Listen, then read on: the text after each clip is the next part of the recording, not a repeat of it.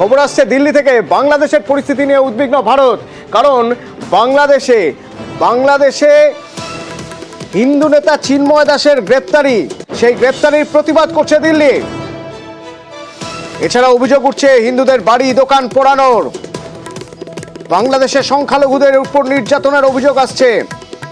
ভারতের কি পদক্ষেপ, কি অবস্থান ভারতের, জানবো নয়াদিল্লি থেকে। মৈত্রী রয়েছেন আমার সঙ্গে। মৈত্রী, দেখো, বিদেশ মন্ত্রকের তরফ থেকে আজকে একটি কড়া বার্তা দেওয়া হয়েছে বাংলাদেশের জন্য। একদিকে যখন চিন্ময় কৃষ্ণ দাস হিন্দু ধর্মগুরু, তাকে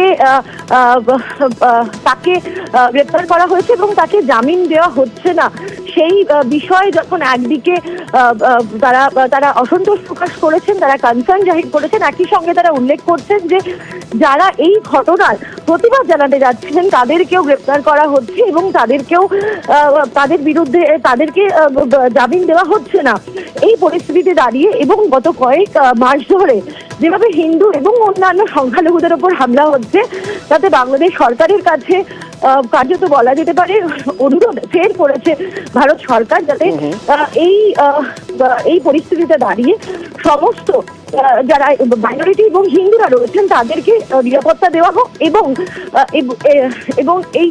এই ধর্মগুরু তাকে যাতে বের করে আনা হয়, জেল থেকে বের করার একটা সুযোগ করে দেওয়া হয়, সে বিষয়ে পদক্ষেপ করার জন্য অনুরোধ করা হয়েছে।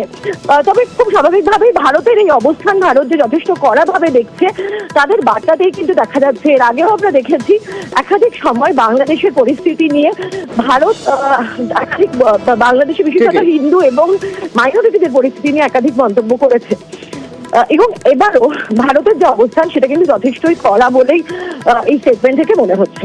ধন্যবাদ মৈত্রী।